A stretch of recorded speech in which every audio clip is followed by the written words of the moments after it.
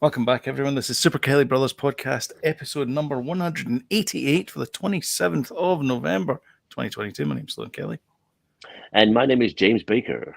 And Jody's not here today. He's away. He's out. He's done. He's at it. Gallivanting. He said, that's it. I'm leaving for this week only. But we'll be back with us on Tuesday.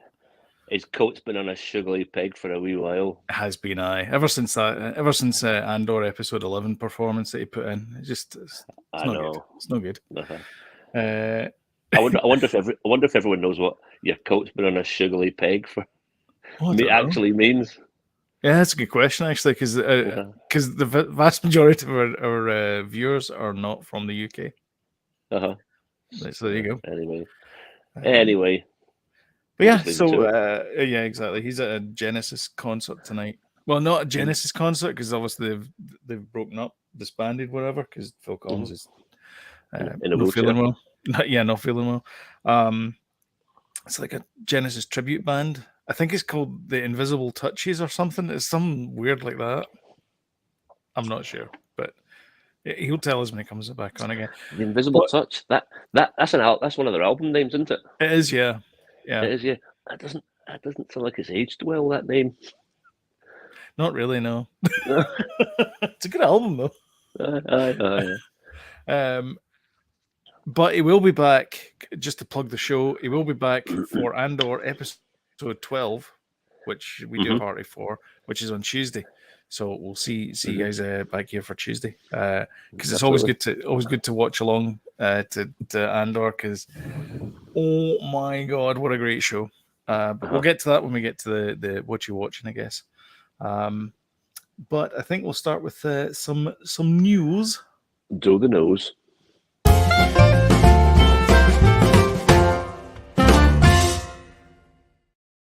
And we start off with some sad news today. Irene Cara, famed singer and actress, dies aged 63 she was in Florida. Don't know what she died of, but I know. Sad news. 63 is no age. So, yep, she was in movies opposite Clint Eastwood, Tatum O'Neal. She obviously did, What a Feeling, and not the Lionel Richie one, the Flashdance one. Yeah. And she also did the Fame title track as well. So yeah, so she was. I remember Fame coming out as a kid, because it was a film as well as ended up being a TV show. Yeah, I think it was the first time I ever thought to myself, why would films become TV shows? Yeah, probably. Yeah, I know obviously Star Trek had done it, but I remember watching Fame. They'd gone the other way. You what? They'd gone the other way. They'd gone from that's TV right. to film. Yep. That's right. Sorry, I didn't know which came first. It was a film, then came. It was filming in because it was like an R-rated movie. It wasn't a kids movie. Dead edgy, wasn't it? Yeah. Yeah. I do remember watching it and just thinking, this seems a bit dangerous. All this dancing malarkey. That's right. I was probably about 5 or 6 when I was watching it. To be fair, you'll take somebody's eyes out with that. I know. The thing I remember about it is the song "Mr. Sharovsky." That was the song I remember. Sharovsky. I don't know why I remember that, but I do remember that. I don't recall that.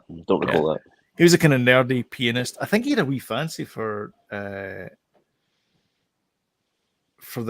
female dancer actress one that was in it. I think it's her analog in the movie.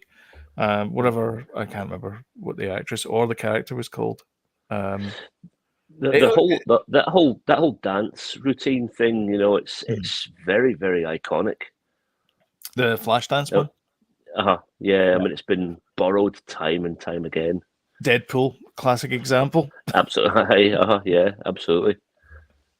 Absolutely. That is a shame. That is a real shame. I mean, I'm not a Fame aficionado, but I did feel quite sad, and I'm just like, she can't be that old. And I'm guessing it's got to be natural causes, or like some disease, something like that. I would have thought so. Yeah. Yeah, it said Cara's publicist who announced the death said she died at home in Florida, but the cause is currently unknown. Mm-hmm. So that's just poor woman. That's not always a shame. Always a shame to see someone so relatively young as well pass. Yeah, she was an Oscar winner. Is that right? Yeah. I think so. Yeah, I think she probably won it that's for her. the best original. Yeah, best original song. Mm-hmm. She won a Grammy for best female pop vocalist performance as well as an Academy Award for best original song. There you go. That's her with her statuette, which means unlike Will Smith, she's a member of the Academy. There you go. So ring that bell. Anyway, so apparently she was working on some forthcoming project. So clearly this is a little bit out of the blue. Then I guess. So sad news. Sad news. Sure. Moving along to slightly more bewildering news, and most of our news is around this topic. We wrapped the podcast, Jodie and I, the last one that we did together, number 187. We wrapped the podcast, and then about 2-3 hours later, it was announced that Bob Chapek had been fired from Disney. Just gone. Just see ya, bye, you're out, and replaced with Bob Iger. Mm-hmm. And my daughter sent me a meme, and she said it's exactly like this, and it was Jodie Whittaker, spoilers if you haven't seen Doctor Who, transforming into David Tennant, which I thought was quite funny and apt. Is it it's the old Doctor becomes the new Doctor, kind of very similar, but it looks like he's the rumor is that he's going to sell the company to Apple. That's the rumor.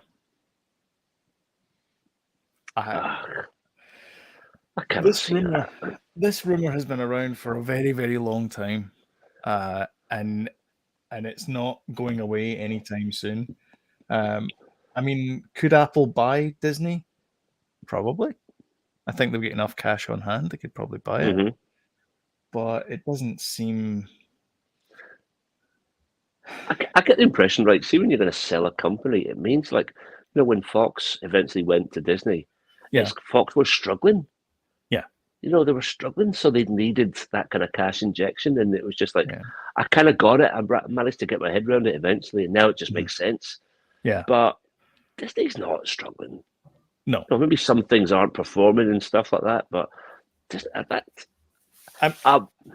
I would say that's not going to happen, even though there's loads of rumors around it. But actually, the next story is Apple will not buy Disney, no matter how often it hears that it will, which is also funny. I think Disney's biggest problem in the last few years, and just to put it in context, Bob Chapek took over in January 2020.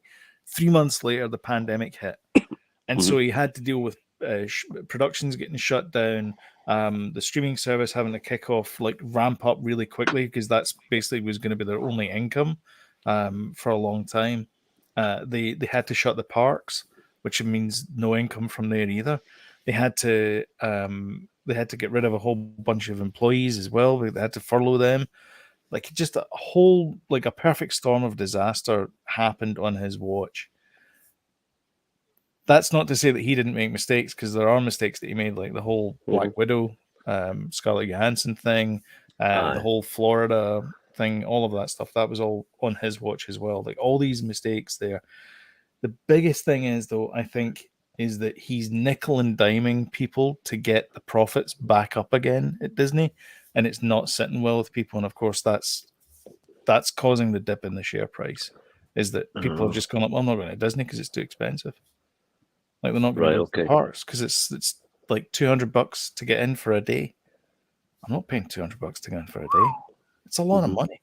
I mean, you got a family of 5, that's $1,000. That's a lot of money. And don't forget that an adult in Disney's eyes is 9 years of age. So you're paying full price for a kid, basically. Is that right? I mean, you're not even joking, are you? No. 9 years old. That's you're an adult. You have to buy an adult ticket to get into Disney. And I mean, it's upwards of 100. Oh, that's the other thing as well. They used to have these hard ticketed events that basically you would go for the day, and then you'd have to pay a little bit extra, and then you would go to the one at night, and it'd be like Mickey's Not So Scary Halloween, or what's the other one? The Mickey's Christmas, whatever it is. I can't remember the Christmas ones. I never went to the Christmas one. But they were like another $60, $70, which was 2/3 the price of a ticket, which you get 2/3 of a day. That makes sense. Yeah.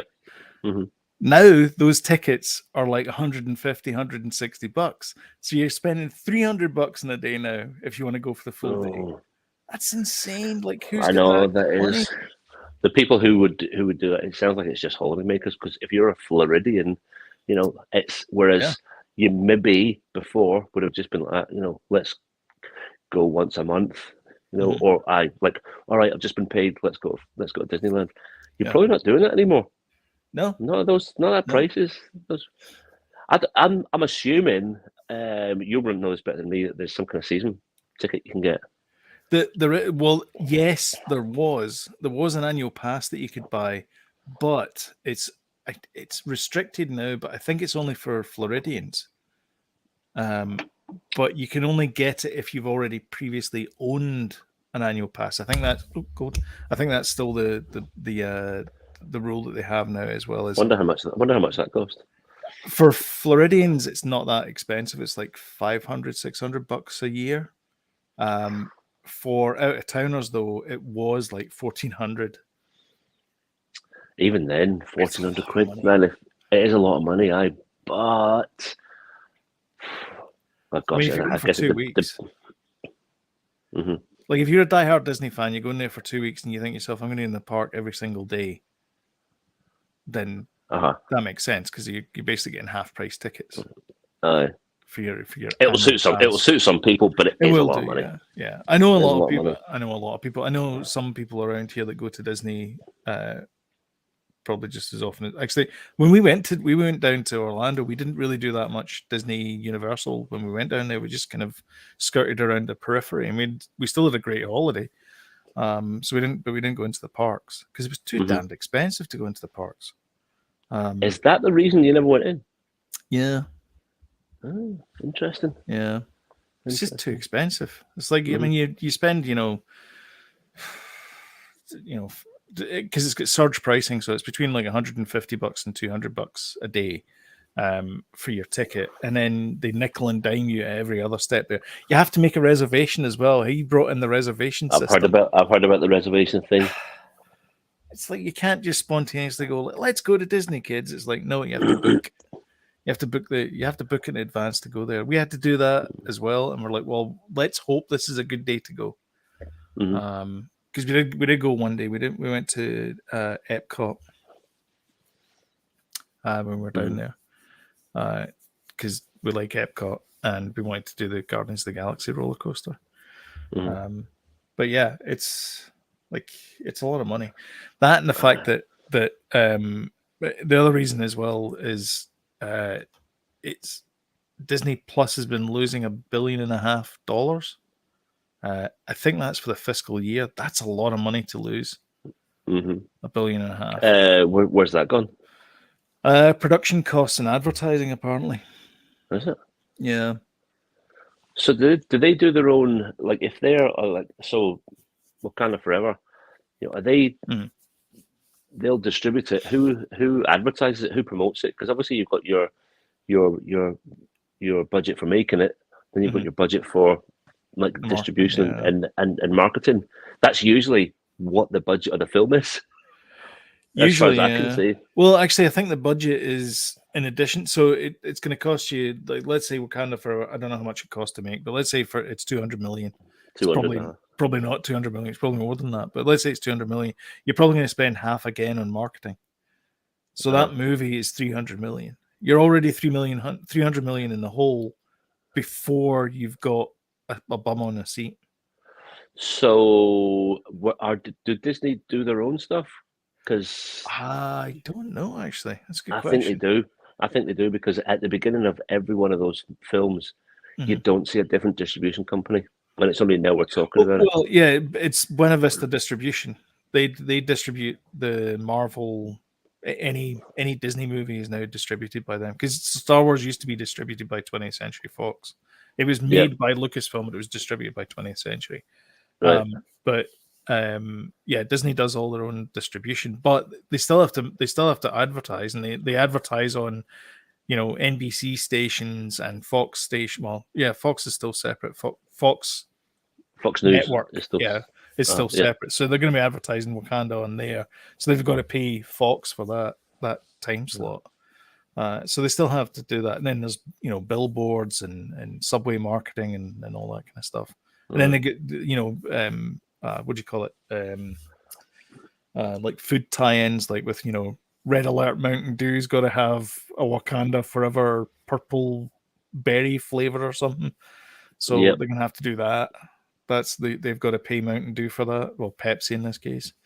So it's a lot of money to put out, and get people to know about it. I mean, it has worked. I mean, it's one of the biggest movies of the year. What is it doing, by the way? Because the last time I checked was last Sunday. Last time I checked, and I'm sure it was our favorite website, Box Office Mojo. Not far off $500 million last Sunday. Worldwide, 675. So 2/3 of $1 billion. Yeah, that's after 2 weeks. Yeah. That's good going. Yeah. That's good going. Just That'll be $1 billion movie. Oh yeah, 100%. Yeah. Let's do Knives Out for Jody, because obviously he's going to want to know that. Glass Onion and Knives Out movie made 13 million. That's only going to be in the pictures for a couple of weeks, is it not? It is, yeah. So it's got a 2-week run, and it's only in 600 and some odd theaters, so that's not actually too bad. When you consider that Wakanda Forever, I think Wakanda Forever is in 4,000 cinemas. Yeah, 4,000. And is that cinemas worldwide? It will be. If that figure's worldwide. That may actually be. Yeah, it might be. I'm not sure. Not sure. But yeah, Black Adam, which was 5 weeks before that, has only made 378. That's crazy. I think they knew that, though. I think they're not silly. Yeah, I think. I mean, it's it had two things going against it. Number one, it was going to fight head to head at some point with Wakanda Forever, just the way they scheduled it. And number two, DC still has that. I'm hoping this is gonna right itself with James Gunn coming on board. And I'm assuming we're going to be talking about the Guardians of the Galaxy Christmas special during this podcast. Absolutely. I'm hoping that it'll right the ship later on, but I think DC still has that kind of nobody wants to go and see it. It's got a stigma attached to it. It does. It's got a stigma. Yeah. They never could quite catch up with the whole gelled Marvel cinematic universe. They never could, and they tried to. And their big mistake was the Justice League. That's why I think that's where it all went wrong. Where they were just like, right, we're going to do it back to front. We're just going to stick everyone together in this movie, and then we'll branch out from there. Whereas they should have just built everyone up. But they were playing catch up all the time, and they've never recovered from it. Yeah, it's true. Yeah, I mean, they've always been in the back foot compared to the MCU. I mean, you look at the MCU and everything's coherent. I mean, I know it sucks the fact that you now have to watch like 20 different properties to get like the whole story. But that's the way it used to. That is the way it used to be in the comic books. Yeah, it used to be like sometimes like back in the 80s when you're reading the books, it was just, for instance, one of my favorite stories, Kraven the Hunter. It was just 4 issues across 4 books, and you could click them dead easy. But then it ended up being there was a summer event, like Secret Wars was a summer event, and they had other summer events. But then it ended up being you had to collect 4 or 5 issues from books that you wouldn't normally collect, and and this kind of storytelling, this nickel and dime. They'll get you every step of the way. Yeah. It's not creeping its way into the MCU. It's there. It's absolutely there. You need to watch the TV show, and for that fuller experience, you need to watch absolutely everything. The MCU's Quicksilver Aaron Taylor Johnson is going to be Kraven the Hunter. Yes. Yeah, that's right. Because apparently they saw him in Bullet Train. They were like, "Oh, him!" So there you go. Is that how that went down now? Yeah, apparently, yeah. So anyway, yeah, Bob's out, Bob's in, and so apparently Bob's going to be your uncle. Bob is Bob is Bob is dead. Long live the Bob. Long live the Bob, yes. Long live the Bobby. Not to be confused with the minion of the same name. Yeah. So Bob's out. Not only is he out, he's also this is a couple of places as well. Bob Iger starts beginning to do shake up. So cue the Layla reprise theme. First one to go was Kasim Daniel, I think his name was. Yeah, Kasim Daniel, who was in charge of some wing that Bob Chapek had created. Bob Iger's like, nah, get rid of it. So he's gone. And apparently he was like Bob Chapek's right man. And so, yeah, he's out. And also Arthur Bochner, who was Bob Chapek's other right-hand man, out. So he's cleaning up shop. And he says that it's going to be all about the creators and not about the profit and loss sheets, which is remarkably different to Bob Chapek's. We need to call him different names. I think if with that attitude, that's just getting back to basics and getting the fundamentals right. Yeah.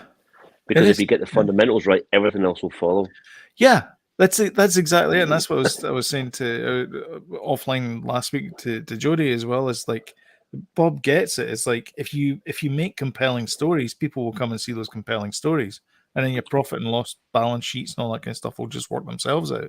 They'll just take care of themselves. Take care of themselves. Yeah, you need to get good stories in there, and people will come and see it. Although in Andor's case, it took a while, but I blame that on other things that were happening. On Dragon programs. Yes, on Dragon programs. They shouldn't have released them with the Dragon programs on, but that's beside the point. Where was the other one I had here? Yes, this is an interesting rumor. This is another rumor. Bob Iger's back, and the rumor is that Kathleen Kennedy is out at Lucasfilm, which sort of makes a little bit of sense if you are in the camp of Filoni and Favreau have got this. Let's just leave it to them. But I wouldn't want those guys being. It feels like if they stood in the shoes of Kennedy, then they might not be able to do what they're currently doing. Yeah. You know, but also they didn't have anything to do with Andor, which, in many ways, it does not have their touch for sure. Yeah. I mean, there's been many high points, including Rogue One, The Mandalorian, and its latest series, Andor. 2 of those are from Tony Gilroy. So. What do you mean when you say that's quite telling? I just think it's Kathleen Kennedy, I think, is no dummy when it comes to these things. I don't think she's very creative. I think she's a producers. I think she's a producer's producer. But she can listen to a pitch, she gets it, and then she's like, okay, that sounds like an idea that I can get behind. And she lets it, like, green lights it. I think she's very good at that. She should be kept as far away from creativity as possible. But I think as a person who says yay or nay to things, I think she's good at that. I know a lot of people complain about her. Critical Drinker's one of them, and says that she's too gone down the woke route and all that kind of stuff. I don't agree with that. I think that the stories that are coming out are universal. They're not for one particular group or another.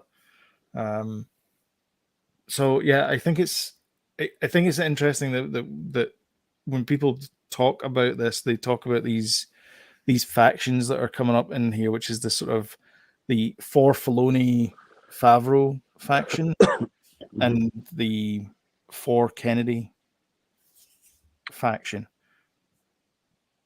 But at the same time, the two stories they mentioned there, Rogue One and Andor, are both from Tony Gilroy, not from Favreau and Filoni. Yeah, just thought it was interesting the fact that this article brings out Rogue One and Andor. Yeah, I don't know how I feel about that. I didn't have any major issues with Kathleen being in charge. No, not really. I was quite happy with. Been around for years. Yeah, didn't have any issues with her doing that, and it seemed like the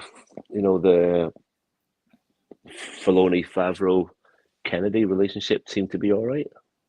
Yeah, and Gilroy's obviously doing the Lord's work in his department. From what you say, that's I didn't give that much thought actually. That kind of I missed that. I missed the whole they had nothing to do with Andor. Yeah, but now it makes sense. Now you said it because it actually, I don't know what there would have been. There would have just been so much more. I don't know, references to everything. There aren't that many references to everything in Andor. Yeah, R5D4 would have definitely been in Andor. Totally. Yeah, that's it. There'd have been droids you'd have recognised, ships you'd have recognised, planets you'd have recognised. Oh no, yeah, exactly, yeah. And I'm sure that what's his face, Luthen would have been floating around in a Naboo fighter and stuff like that. Like, because totally, that's kind of Filoni's era is the sort of Clone Wars type Star Wars shtick. Yeah. So yeah, he'd have been 100% in about that. I wonder who will fill her boots if that is the case. And I'm not sure how I feel about the whole thing just now. I need to see what happens. Yeah, I mean, it says here that the Bob Iger's recent return as CEO would help entrench Kennedy even more, and would stay as Lucasfilm president until her contract runs out in 2025. I believe that Chapek signed another 2 years on his contract, and he was ousted. Aye. So, I mean, signing a contract doesn't mean anything. You can buy people out of contracts. So, but I hope she sticks around. I don't think she's steered Star Wars wrong. Nope. I mean, I could argue that the trilogy movies were not as on par as the originals. And I think people would agree with some of my comments about those movies. But as far as the television, maybe that's where Star Wars belongs, is on television. Maybe that's maybe the movies are over for Star Wars, and we just I don't think so. TV shows. No, it belongs in the pictures. I think it does. You think? We can have. I think we can have these TV shows, but it does belong with that shared experience in the pictures. I think, because here's the thing, like out of all the TV shows you've watched, like I don't use any TV show lingo in my everyday, chat, but I will on a regular, very, very regular basis quote like Star Wars, the actual movies, on a regular basis. Like when you stub your toe, you go, "Hey, Wanga Wanga." Yeah, yes, I like that. But I don't. I barely know any quotes from. Well, thank Farrick is one thing. That's probably. I can either bring you in hot or bring you in cold. I'll give you that one. Well, do you know what? Now we're on the subject. Maybe there are a couple of phrases. I need a break. But I do. I know. All I'm saying is, I do think it belongs in the picture. It does belong in the pictures, and I want it to be there and be good and be great, so we can have these shared experiences. I think the big, spectacular boss fight type battles, deserve to be in the pictures. I mean, we basically with Andor, we got 6 Andor movies. Mm-hmm. I'm not sure people would have sat through 6 Andor movies. That's the thing, and because without I would the agree. pew stuff, and I'm glad that we didn't have the pew stuff, and I'm glad that we got Luthen screaming at some guy on a gantry. Yep. That was much more entertaining to me anyway, and that's kind of what I wanted, was that kind of spycraft type show, and I'm glad that happened as well. But we did also get Rogue One, which did have pew pew battles and Darth Vader and all that kind of stuff as well. So we've kind of got both now. Yes, but I think what I'm saying is we need both. You can't. I want to go and see it, and I'm not sure I want the Taika Waititi trilogy anymore. I think I did want it, but I don't think I do want it anymore. I think I wanted it more, and then I saw Love and Thunder, and then I was like, maybe not. Maybe everything doesn't have to be a joke. Yep. I mean, there's always been humor in Star Wars, but it's always been a wee bit more subtle than that. I don't know. Yeah, the humor, like the goat thing, was as funny as it was. I don't know if that would translate to a Star Wars movie. I felt like Ragnarok, it had definitely peaked at that point, and we're like, oh, give us some more, and then it was just like, it definitely came off. It was on the. It's not on the way down. That's really been harsh on Love and Thunder. Yeah, but I'm like, right, I've seen Love and Thunder. Now I've had enough of this. Yeah, I know. I was watching an interview with Quentin Tarantino, and he was saying that the best people are the writer directors, because they know the material and they do this, that, and the next thing. And I'm like, absolutely. I agree with you, but I knew you were going to say that. Sometimes it doesn't go quite as well. I'm looking at you, Rian Johnson, and I'm looking at you, Taika Waititi. Sometimes it goes too far. Like Jojo Rabbit, brilliant, really good. Cracking. Love and Thunder, it was okay. It felt a bit more improvised than I like.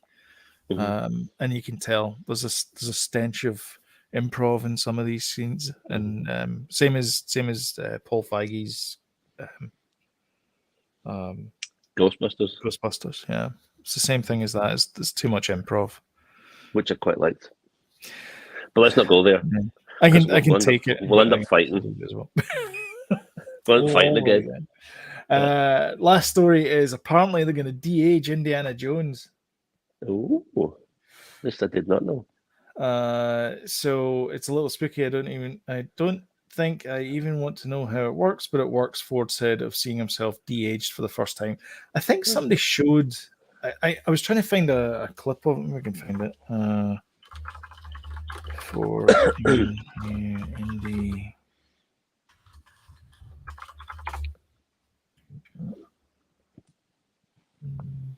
So this one.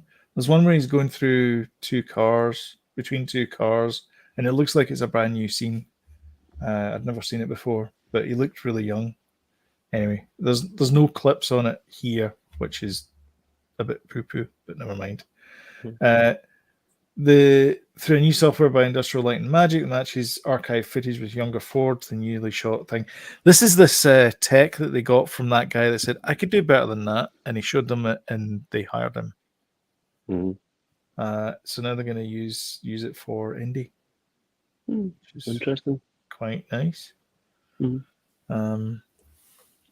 that released? Okay, fair enough.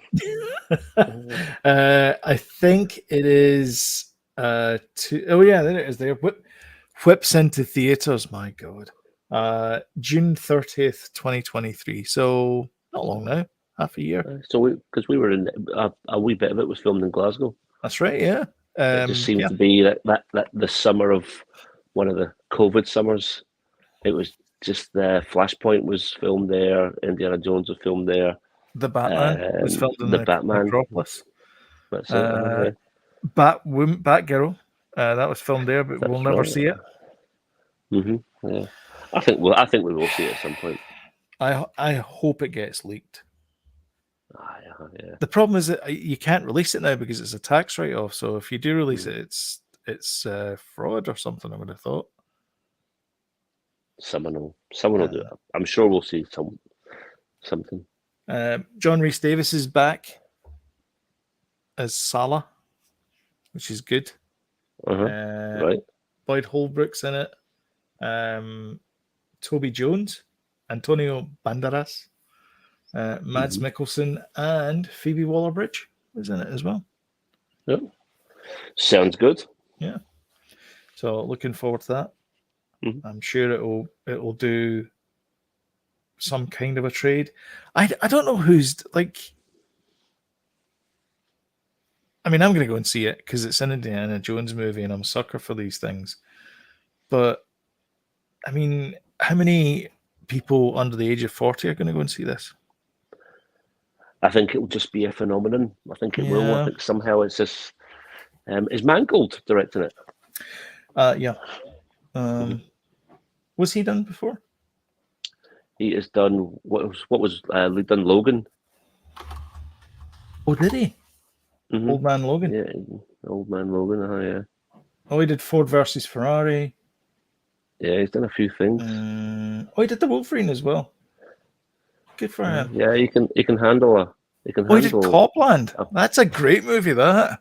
Oh, I forgot he done that. Yeah. That's a good movie. That's I quite like James Mangold. Yeah, he was deaf, a deaf cop, wasn't he? Yeah. Hang on a sec, sorry. Go. I'll just chat away. Chat. Sorry about that. I was just having a wee chat. Getting asked questions in the middle of a podcast. I know.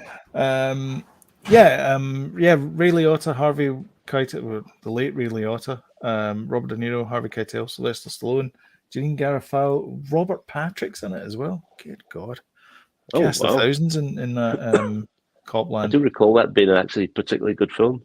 Yeah, he was the cop of the town where all the cops live that are New York cops, but it's in Jersey. Yeah. So yeah, I do recall thinking that was Stallone's first credible movie for a while. Yeah. And I'm not saying he's a bad actor. I'm not saying that at all. But I just thought that was a good move for him. 25 years ago. Oh my gosh! If you said that was 10 years ago, I'd be like, "Blooming heck, 10 years ago." 25 years ago. A quarter of a century. R.I.P. Ray Liotta. That's unbelievable. I know. Crazy. Anyhow, shall we crack on with the next segment? Let's do it. Oh, what are you watching? What are you watching? What did I watch this week? I definitely watched the Guardians of the Galaxy. Should we talk about it? Holiday special. Let's talk about it. And I'll be honest, Sloan, I was in no rush to see it. Yeah. And when I watched it, I thoroughly enjoyed it. I thought it was absolutely brilliant. Goofy. So good. It's great. It's a rip-off of every other dumb holiday special that's ever been, where it's like, some guest star comes on and does things. It felt like it was nodding quite heavily towards the Star Wars holiday special. Yes. Where it's like, loved it. Thought it was great. So we sat and watched it like last night. It's so hard to get something for all four of us to watch. Yeah. And we can, I've got something for you if you're not watching it. Wednesday. You should watch that. Oh, I think we will. That actually looks pretty good. So we sat and watched it last night. And the first 5 minutes, obviously, it's got that kind of goofy, but also amazing animation that it kind of kicks off with. Yes. And I was like, right, we're finally all in the room. We're a wee bit Christmassy. So hopefully the Christmas thing, despite if you don't like this or maybe you're not into it, or you don't want to watch something like hopefully the Christmas thing will bring us all together. And then the animation thing come on, and Julian's like, oh, is it a cartoon all the way through? I'm like, no, it's not. But please, you don't understand what this animation is or what it means. And then it kind of got into the story, and then she understood what it stood for. Yeah. Because the animation was perfect. Absolutely spot on. The animation was when Peter was a kid, that's what the animation style he would have watched. That rotoscope. But you know what? That is, that is so true. Yeah. And I never picked up on that, but I knew it was a special type. Yeah. It was, I loved it. I was at the start of it. I was like, that's like the movie Heavy Metal? You know, the same kind of style. And I was like, huh, that's cool. And then I realized it was a flashback. I'm like, okay, it's a flashback. But I was Heavy Metal. What's that? It was exactly like it was exactly Heavy Metal. Yeah. But I was sitting watching it with my wife, and I'm like, oh no, she's not gonna like it. She never said anything, and then it obviously flipped over and became a thing, not animated. I loved it. I thought it was really good. It was the Mantis story was really nice as well. It was a nice touch. And Mantis and Drax are amazing. Yes. Where's that TV show? But yeah, fish out of water type thing as well. Kevin Bacon was really good in it as well. I loved the guitarist with the weird that thing that he's doing. No, yeah. That was really cool. Yeah, I just thought it was funny from start to finish. It was really good. And how much money did they save on? Let's just film it in 2022 on planet Earth. Yeah, funnily enough, we don't have to adjust many things. Let's save an absolute fortune doing that. Yeah. It was really funny as well when they went outside the Chinese theatre as well. Steve! I know.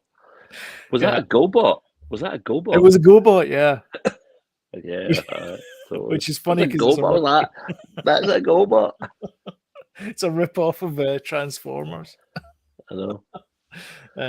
Yeah, I think it's not. I don't know if it's an instant classic, but I think it was one of these ones that you could watch next year and you still. I tell you what, it's made me do is it's made me want to order the Disney Guardians of the Galaxy holiday special advent calendar, Lego advent calendar. The Lego one. There's a Guardians of the Galaxy one. Yeah, there's one specifically for that show. Okay. Yeah, so I think I'm going to order a couple of those. So didn't know that. Now I'm going to have to see if I Listen, don't order it now. Just wait till the show finishes. Yeah. So, it was great fun, and I wasn't in a rush to see it, and I would have and I watched it last night under a wee bit of duress. I was just like, oh, let's just watch a movie. Yeah. And Faith put it on, and we were all just loving it. That's good. Dead Christmassy. The music was good, and it was just great. Well, it starts off with Fairy Tale in New York as well. It starts and ends with Fairy Tale in New York, which is I don't know if it's a big song in the States, but it's huge in the UK. Fairy Tale in New York, which is also well very, done, very Marvel. Christmassy. Yeah, it sure is. Yeah, Heidi's sitting. They say the F word. And Heidi's sitting here. She's like, they can't say that, Dad. Because when that comes on, she's like, they can't say that. I'm like, for some reason, this song always gets a pass, and I will stand by that. Yeah, I will give this song that pass. It gets it. No, it can't. Well, guess what? It does. Well, they didn't play that bit anyway. So. They didn't. I know. Yeah. But if they did, it gets a pass. Yeah. Oh, it was really good. It was nice to have a bit of fun over the Guardians of the Galaxy. And nice to see the Guardians of the Galaxy back as well. Because the last time we saw them was in Love and Thunder, and they were in it for like 2 seconds. It was a good 2 seconds. Don't get me wrong. There was a lot of stuff that was good. So they've taken over Nowhere. in the universe. universe. That's right. Yeah, and I think that's where it was. That's where the Guardians of the Galaxy were like based in the comic books as well. Was nowhere. So don't know, because before I never read it at all. It was a thing that completely unknown to me. So yeah, I didn't know. But About what I it want to say was, when the first time I seen Groot, I was like, "Is that a guy in a suit?" It looked like a guy in a suit. Yeah, Yeah. I thought it was a guy in a suit. That's a guy in a suit. Yeah, Like, they're filming in actual, just like outside, like the Chinese theater, and put a guy in a suit. And then it's obviously not. But it's not Groot though. It's another Groot. Because Groot died, Groot. And it's just a sapling from his. It's an offshoot from his plant, so it's not really him. Don't say that, Sloan. It's Groot. Don't say it's Groot. Okay. It is. Put your bill away. Oh, sorry, I thought you were going to touch your bill there. It's Groot. Don't do that to me.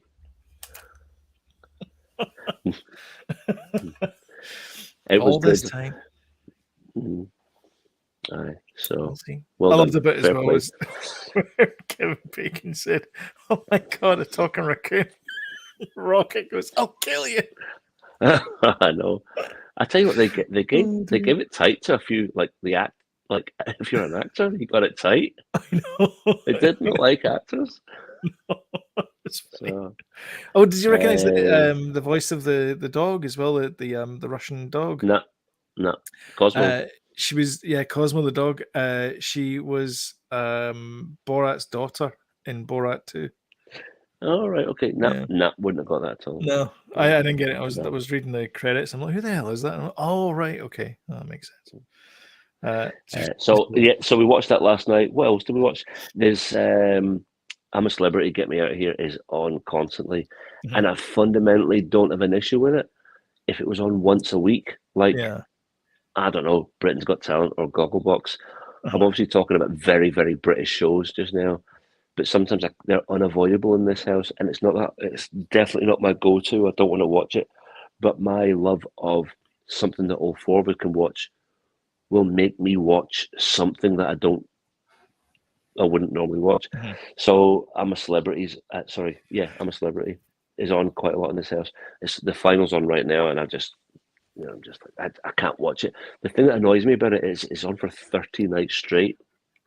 Is so it? It's just like, it's just 30 nights. So, and that's what annoys me. So, you want to know what I've been watching? It's very hard to avoid. So I've been watching a bit of that. I watched John Oliver. I don't talk about John Oliver a lot, but I watch John Oliver all the time. I look forward to a Monday night. That's the season finished. I watched the season finale of John Oliver. I watched Frankie Boyle's New World Order. There's a lot of clowns. Did you see the clown bit? Yeah. I watched Frankie Boyle's New World Order, which is absolutely hilarious. Okay. You'll get it on BBC iPlayer. Right. Do you watch it? No. Get it through no, I don't. No. I don't really watch that much UK TV shows at all these days. That's very, very funny. So it's more of like it's a twisted version of John Oliver if you didn't think his TV show was twisted enough. And then I think the only other thing we watched was the Chris Hemsworth documentary on National Geographic on Disney Plus. Yeah. We watched a few of those episodes, and everything like the first one was about fear and how you can overcome fear and how that can help you de-stress certain situations.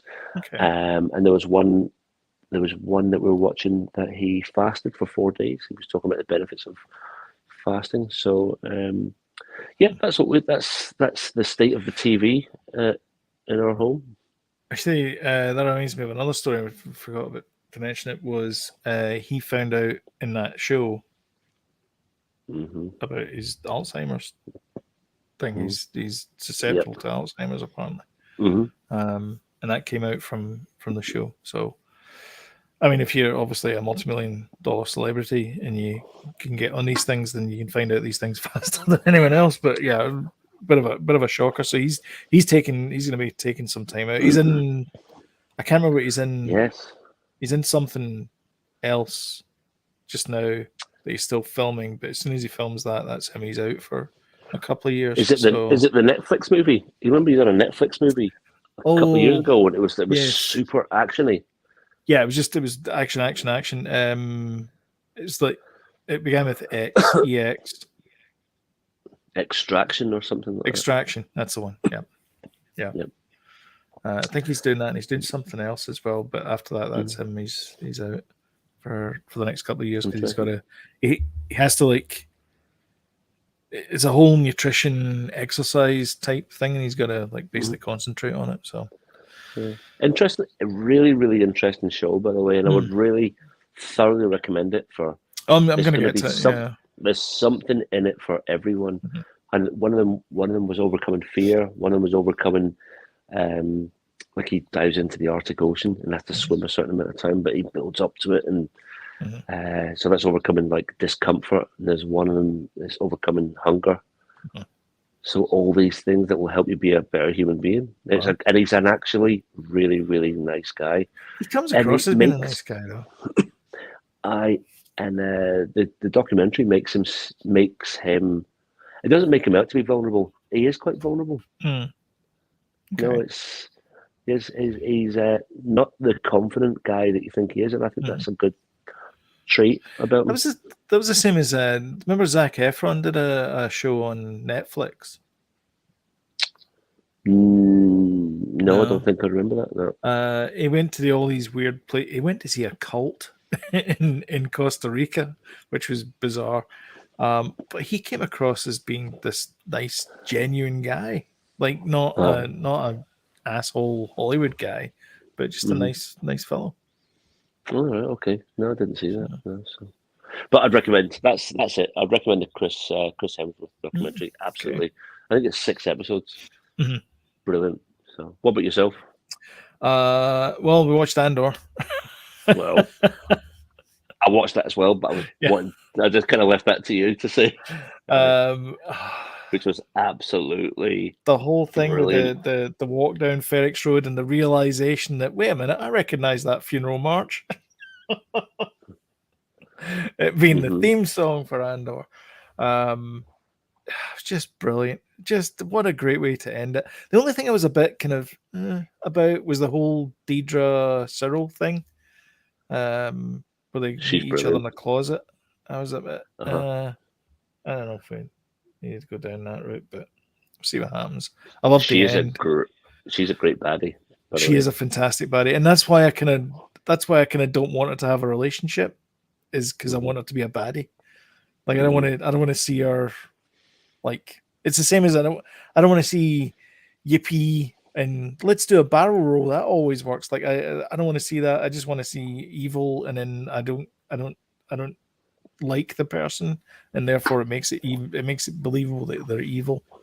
So yeah, I was kind of hoping for that, but it kind of chipped away at that a little bit. I think towards the end, I think it was a misstep in an otherwise perfect thing. But then again, there's always one mistake in a Persian rug because only Allah can be perfect. So, I watched The Peripheral. I watched 2 episodes of The Peripheral back to back because I hadn't watched it last week because I kind of fell out with it, and I'm like, I really can't be arsed with this.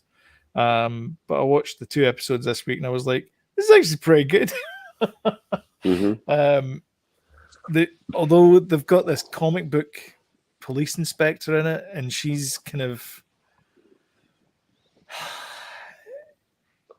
quirky beyond the extreme. Like she's got like this like outfit where it's like half one type of plaid and half another type of plaid, but it's like a kind of that coat, the cape thing that Sherlock Holmes used to wear. It's like a kind of half cloak. I don't know. It's all weird, and it's the other. It's like she's trying to be Doctor Who. It's a bit weird, but I've heard really good things about it. It's actually a good show, yeah, and it's free on Amazon as well, so there's no excuses for not watching it. I watched Ancient Apocalypse, which how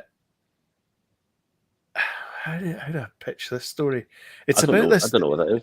It's on Netflix, and it's this British historian guy. He's been on like Joe Rogan's show and things like that, and his shtick is see all these ancient pyramids and everything. They were built by humans. That's his shtick. That's it. That's a stick. That's it. Yeah, not aliens. Not aliens. That sounds unremarkable. Exactly. But that's the thing. He's trying to point out the fact that we're brilliant at this stuff. It's just we've forgotten how to make this stuff. We used to know. How can we figure out how to make this stuff? And it's brilliant. It's fantastic. And it's basically he goes to all these places like Chichen Itza and like all these crazy places where there's like pyramids and things. And he sees, and it's not just it's the fact that there's like a little pyramid, and then they build a bigger pyramid on top of that. Then they build a bigger pyramid on top of that, and then they build an even bigger pyramid on top of that. It's not like they started off with this massive big pyramid. It's like they had a starter for 10 type thing, and they built on it from there. So it's like it's all this. These things can be explained, and it doesn't have to be aliens. And it's hilarious because I'm sitting watching it with my wife, who she thinks that everything's aliens. And what's it called? It down by water. It's called Ancient Apocalypse. Okay.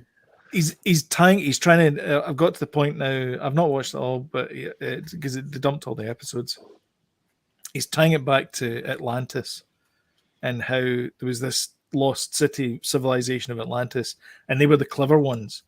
And he said that you tell people that now, you tell like historians that just now and archaeologists and everything like that. And he said, and they don't believe you because they don't believe that hunter-gatherers could live with another more advanced humans. He said, but you walk around the house with your iPhones and iPads, and there's hunter-gatherers that have never seen any of our technology. They don't use electricity. They don't know that cars exist.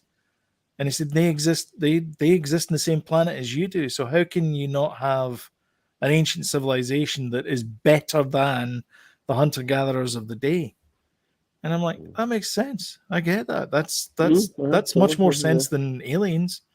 So anyway, I'm loving it. It's a great show. It's kind of nice the fact that some guy out there is going like, it's not aliens. We're clever. That's who made it. So I like that. Quite nice. Yeah. We watched Wednesday as well. We've been watching that as a family unit. Need to watch. That's a good show. Thing. It's really good. All episodes dropped. All episodes dropped. Yeah. How many episodes? I think there's 8 episodes. 8. We're at 7 just now. Who's involved in it? Tim Burton. Oh, okay. It's an absolute definite. That's a must then. I think he directed the first 5 episodes. Oh, okay. All right. And I don't know. I'm going to take a wild guess. Is Danny Elfman done the music? Yes.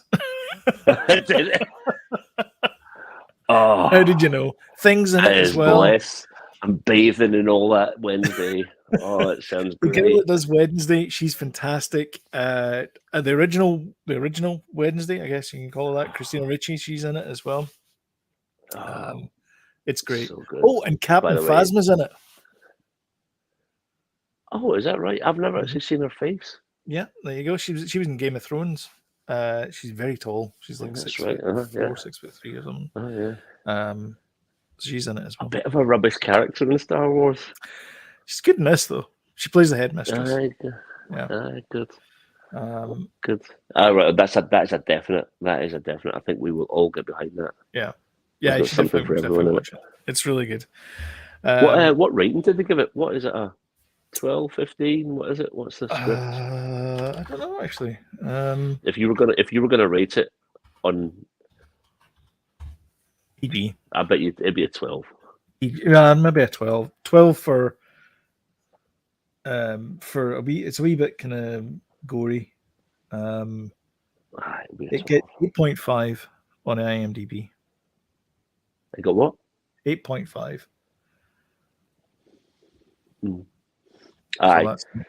that's not bad. That's going to be a must for us. Yeah, I've heard a few people talk about it now. Yeah. Monday night we watched Riddick because Annemie's like, why? We haven't seen Riddick in a while. Let's watch that. And I'm like, okay.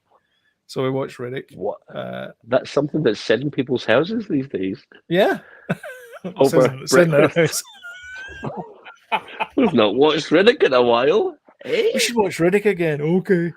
Yeah, I don't know. We've got a like for Vin Diesel movies. I don't know why. I mean, I like Fast and Furious movies, and Anime likes Riddick movies, so we just kind of stick in there. And Triple X as well.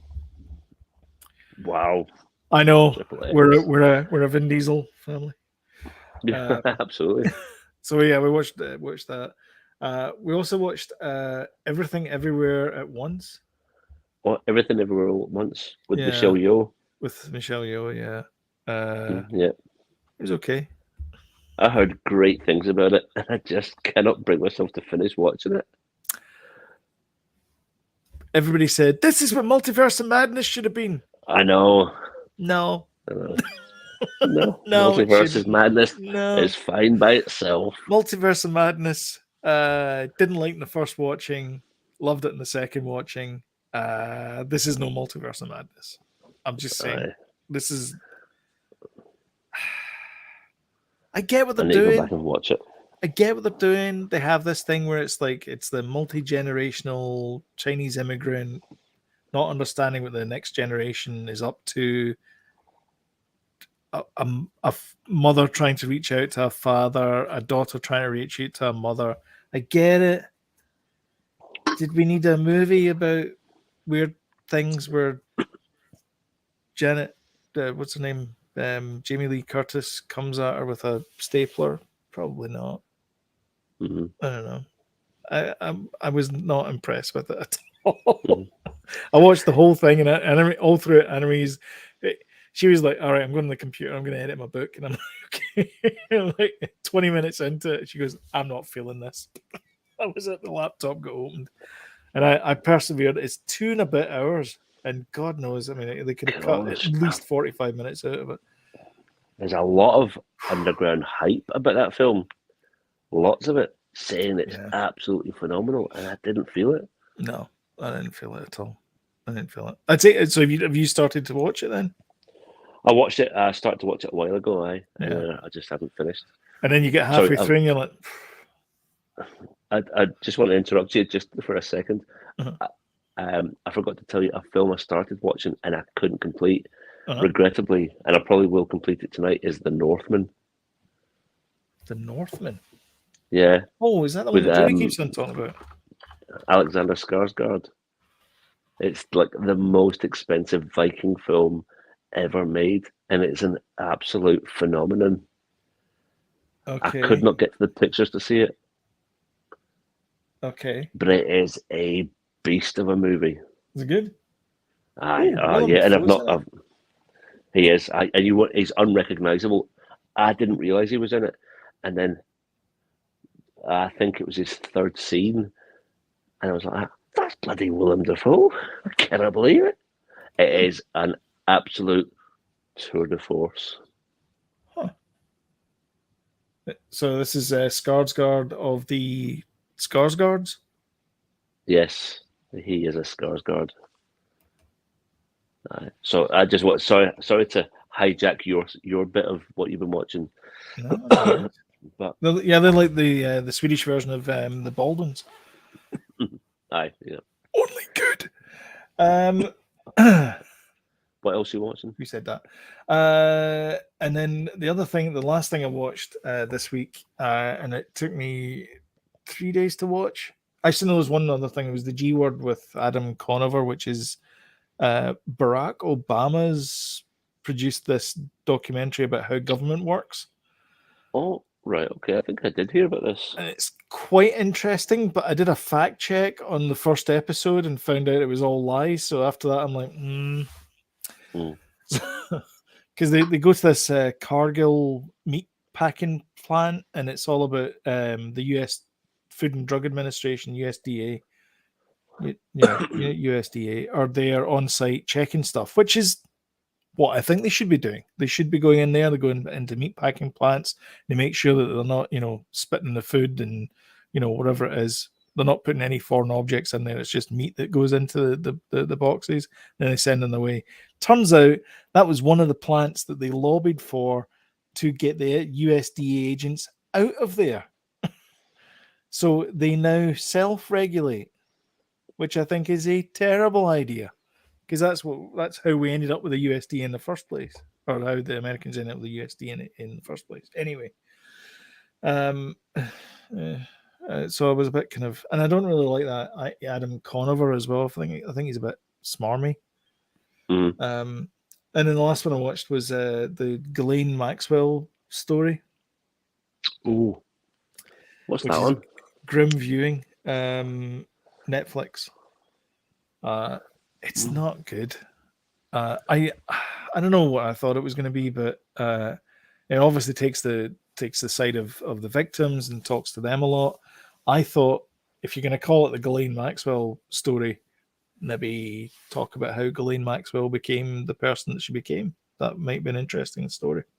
But I guess I'll have to wait for the biopic for that. So they touch on it very, like I thought it was going to be the whole thing about the scandal about her dad and all that kind of stuff, and it's not, like the home life and things. And they mention it briefly, and I don't really know if that means it's not important, or if it's like she's the one, like, if what's the cause of her decisions later on in life. Like I kind of wanted to get to the bottom of it, and this was not the documentary for that. It was more about the crimes of what's his face, Epstein. Yeah. So, bit of a disappointment, to be honest. Mm-hmm. All right. And that's it. Fair enough. That was my viewing this week. An eclectic lot. Yeah, I tend to something there for everyone. Yeah, I would say that Wednesday and Guardians of the Galaxy is probably the one for that everyone can watch. The recommendations. I was. You've got show and tell. Oh yeah, I do. Yeah, just before I do my show and tell, I was trying to watch the new Transformers cartoon on Paramount Plus. Oh right, it looks pretty good, and it looks like the animation looks pretty decent. But I was trying to watch an episode tonight before we come on here, but couldn't get around to it. But I'll probably watch that because I'm a celebrity still on, and everyone's still upstairs in the bedroom watching it. So I'll try and huddled around the campfire. yeah. Let's get this show and tell on the road. So this arrived. Box? This arrived the other day. Hold on a minute. Why can't I get this working? That's you had it. There you go. I did, and I screwed it up royally. So I know what it is, and you probably know what it is. So this is. Oh, I do know what it is. Yeah. This is the prototype armor for Boba Fett, and it is titled Star Wars: The Empire Strikes Back Boba Fett prototype armor. So I'm going to attempt. You can just see it there. Yeah, it's very, very cool, and I've got a white Darth Vader. It's the and I'm going to set him alongside the white Darth Vader, but it looks absolutely stunning. And I'm an opener. Man. I'm an opener, and this will. I got this in a Black Friday sale, so it was about 21 quid delivered. Well, that's good. Which is pretty decent, and I get the impression that this is not an easy figure to get. Yeah, I don't think I've never seen it before. Did they not give away there was one years and years ago? I'm talking about, like, they gave away the 3 3/4 inch one. If you collected all the Boba Fett buttons on the side of boxes, I think if you sent them in, you got the 3 3/4 inch figure. I seem to remember that being the deal of Boba Fett, of the prototype. Yeah, but that was like, I'm talking 40 years ago. That. I don't know. I don't think so. Okay.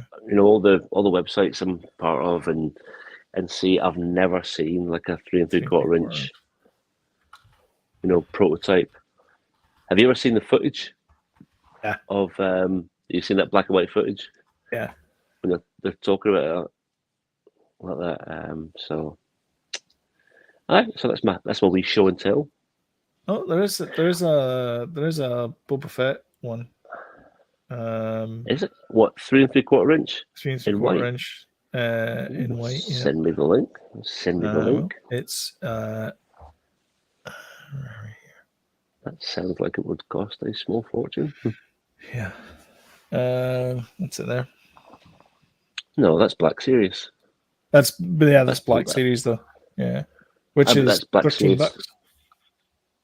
That's 6 inch. It says 6 inches, but it says 3.75 in size. What is going on here?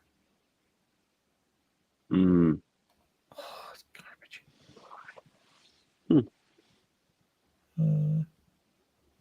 Yeah, no, that's all these. Oh, there you go. So there's another one. There's a Boba Fett in disguise. Oh, I think maybe I have seen that before. That looks beautiful. That's a thing of beauty. Prototype armor. So anyway, that is damaged 100% getting opened. That's $80 for that 3 3/4 inch. That's awesome, by the way. That's really nice. That the I know Black Series one. Was that 12 inches? No, 6. 6 inch. And 6 inch. Like I say, I would imagine that would be. I think that's been out for a wee while. And it was 21 quid delivered. I remember they used to do a 12-inch Boba Fett one. Again, 40 years ago, and it had the Wookiee things tied into his the Wookiee and stuff, and his cape and all that kind of, like, it was proper cloth and everything. It was like super expensive at the time. I mean, you're talking like the figures when they came out were like £1 each, which I think is about £8 in today's money. It's quite expensive. But yeah, it was like £1 each for those things. But the 12-inch figure was like stupidly expensive. Incredible. Yeah, but yeah, that's awesome. So, and you get the white Vader. That's the same height. I've got white Vader, and yeah, it's the same as the Black Series one. Nice. And it comes from a line of the Black Series called in the Infinity Saga, which is if you were a Marvel fan, it would be the What If. So the Infinity Saga is what if Luke was the Sith Lord and Darth. Oh, Vader was a goodie. Vader was a goodie, yeah. So I'll put him alongside that. Cool. So, nice. That's me. I'm done. Cool. Well, if you liked what you saw so far, we invite you to smash the old like button and share. Comment below.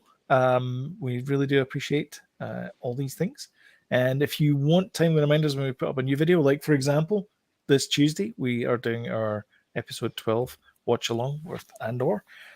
Then hit the old subscribe button, notification bell, and you'll get timely reminders of when we put a new video up. But other than that, I think that's everything from us, and we'll catch you in the next one. Bye.